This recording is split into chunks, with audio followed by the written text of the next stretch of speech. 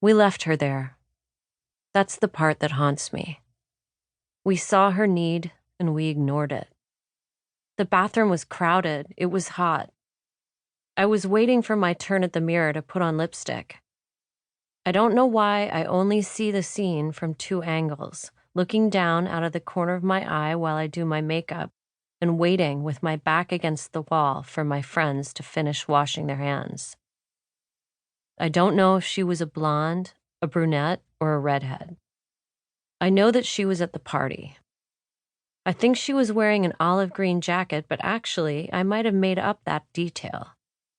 I seemed to be assembling her outfit partially from fact and partially from fiction, as if I'm trying to dress her the way I used to dress my old Barbie dolls, make her look presentable, give her that dignity.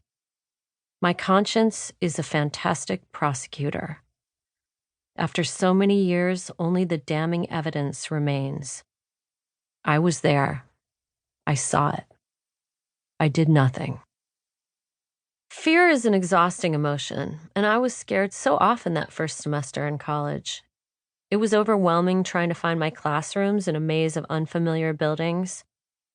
I was afraid to ask the other students what the professor meant when she said our reading was reserved in the library. I was too scared to use my zip card in the cafeteria line in case there was a trick to it. Trying to look like I knew what I was doing was my constant priority.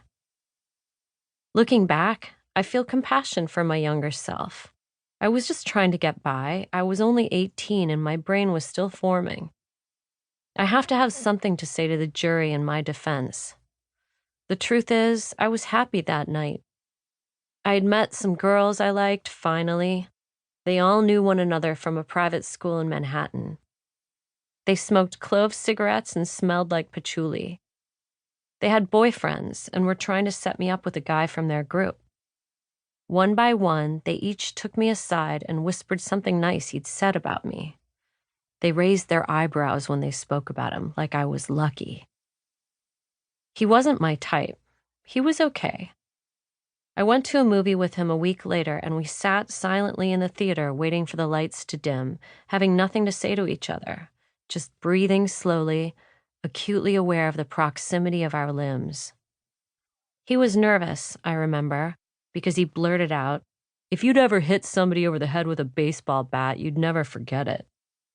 I agreed. I've linked these memories together because after I turned down the chance to be his girlfriend, my new friends looked for someone else to fill the vacancy and round out the octet.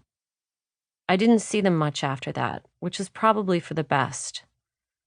Though we never discussed the girl in the restroom, I blamed them for not taking responsibility just as much as I blamed myself. How could we?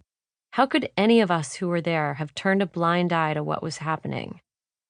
We can be monsters, we human beings, in the most offhand and cavalier ways. It reminds me of those sociological experiments that expose how fundamental cruelty is to the establishment of society. A family, a clan, a nation can't be described without drawing a line around those who are included and leaving others outside the boundary. When researchers ask a group of students to single out and ostracize a member of their pack, someone always brings up William Golding's Lord of the Flies, that story of shipwrecked children who devolve into a primitive tribe. But the shunning instinct doesn't require isolation on a desert island or captivity in a science lab to find expression. It's much, much closer at hand. Scratch the right tender spot and people turn savage. It's instinct, and that's that. Not everyone regrets the unkind things they do. Guilt is the poisonous flower that springs up after a selfish act. In order to grow, there has to be soil present to begin with. The most impressive blooms get pressed into your book of recollections, and every time you go back and reread a chapter, their dry, skeletal remains drop out and fall into your lap. Decomposition marks the pages, and when you've interred too many bad memories, the book itself begins to smell. We dig our disgrace by inches. Some of the meanest things I've done have been fleeting, momentary offenses. I only recognize their malignity once they've lingered overlong in my imagination.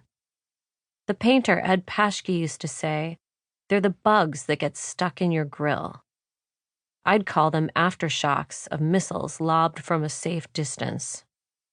I've been carrying around for decades the tiny, toxic shards of souls I've casually shattered.